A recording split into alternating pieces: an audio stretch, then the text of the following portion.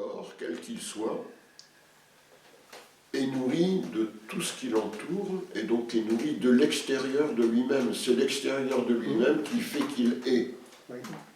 Ça, verbalement, c'est un peu étrange. Ben, c'est les cinq sens. Hein? C'est les cinq sens. Oui, et la digestion, plein de choses. Le corps, mais comme toute chose, le corps n'existe pas en lui-même. Et tout l'extérieur le façonne et fait qu'il vit.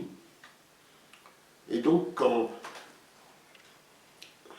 c'est très bien d'avoir des mots qui définissent, il y a un corps, là il y a un espace, là il y a un tabouret, c'est très bien d'avoir ces termes. Mais dans la réalité, y a-t-il vraiment le corps et l'univers comme deux choses qui n'ont rien à voir, comme deux choses séparées? En fait, il y a tout un truc, là, attendez, mais le corps, on pourrait faire pareil, voilà. On peut dire on a une main avec 5 doigts, elle existe en elle-même. Mais ça fait rire tout le monde. Souvent qu'il y a des nerfs et tout, cette main est reliée à autre chose, ça c'est relié à autre chose, et s'il n'y a pas de soleil, on disparaît. Je fais juste le développement, vous allez comprendre. Donc l'univers, parce que pour tout ce qui existe, c'est pareil. Une montagne est érodée par le vent, par ça, et avec des milliers d'années, elle va disparaître. Avec la pression de l'environnement. Rien n'existe de manière indépendante, autonome, et donc tout ce qui est matière, si on voudrait être précis, clair, tout l'univers de la matière est, EST, comme un seul et unique corps, comme un seul et unique organisme.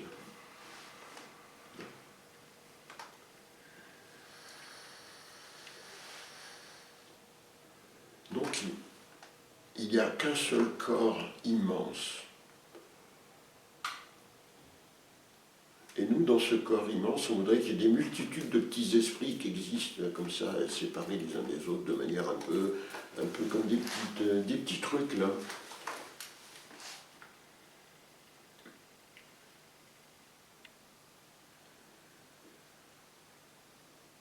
Quel est le lien avec cet immense organisme et l'esprit?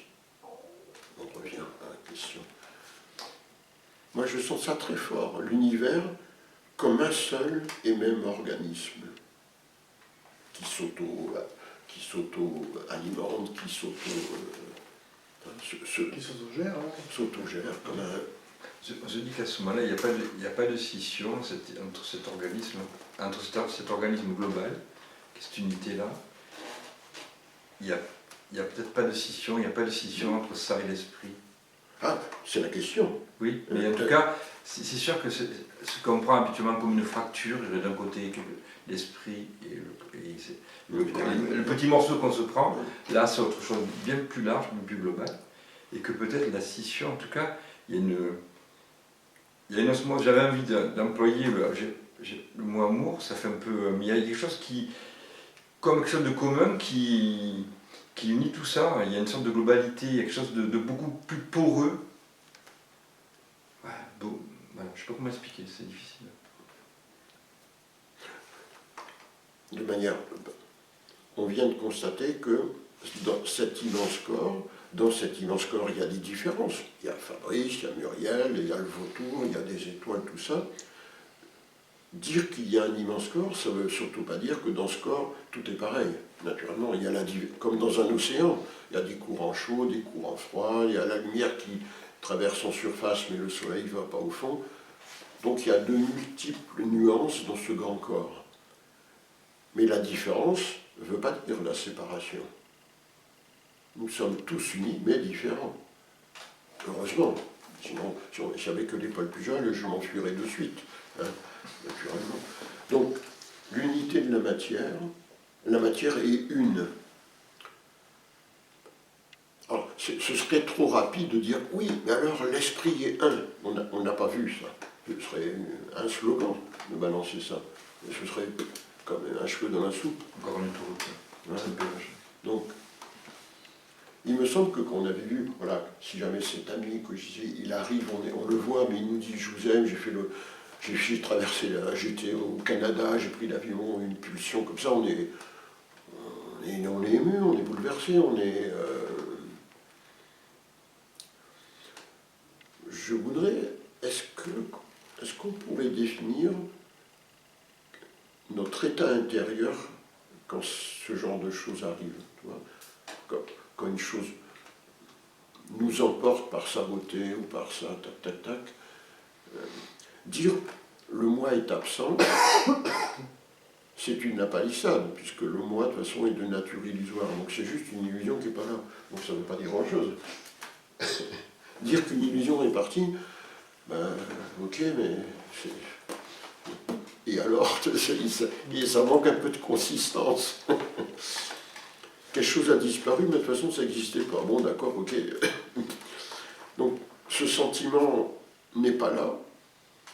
Pourtant, nous sommes toujours vivants, on n'a pas disparu.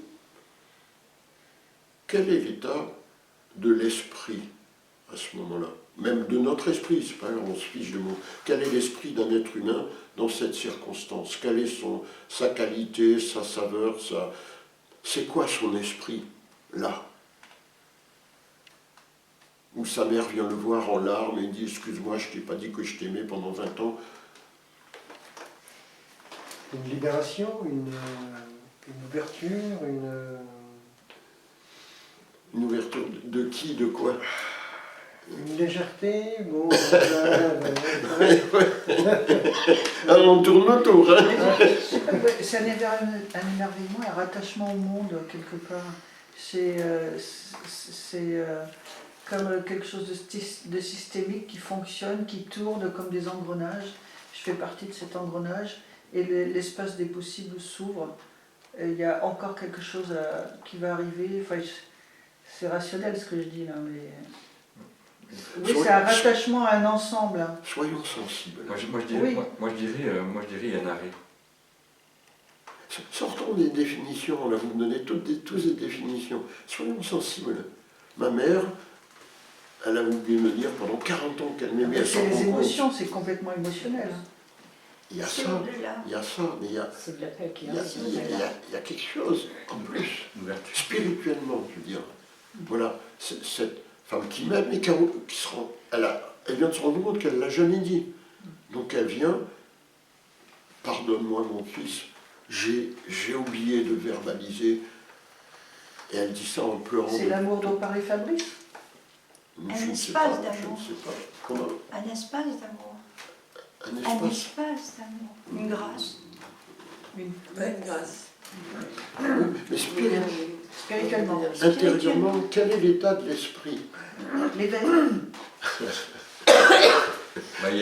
Il y a une joie, il y a un surgissement, quelque chose qui, tout d'un coup, qui s'ouvre. Oui, c'est un élan de vie, une énergie. Ce ni à moi, ni à ma mère, Non. Non, Oui, ni à, oui. ni à mon frère, une espèce d'énergie. Et pourtant, quand elle vient, nous sommes un, dans cet élan d'amour, enfin, toutes ces choses. Rien qu'en restant sur cette relation juste de deux personnes, nous sommes un, nous sommes le même esprit dans cette fusion. C'est pas mon esprit ni le sien, mais nous sommes le même esprit dans cette relation intense.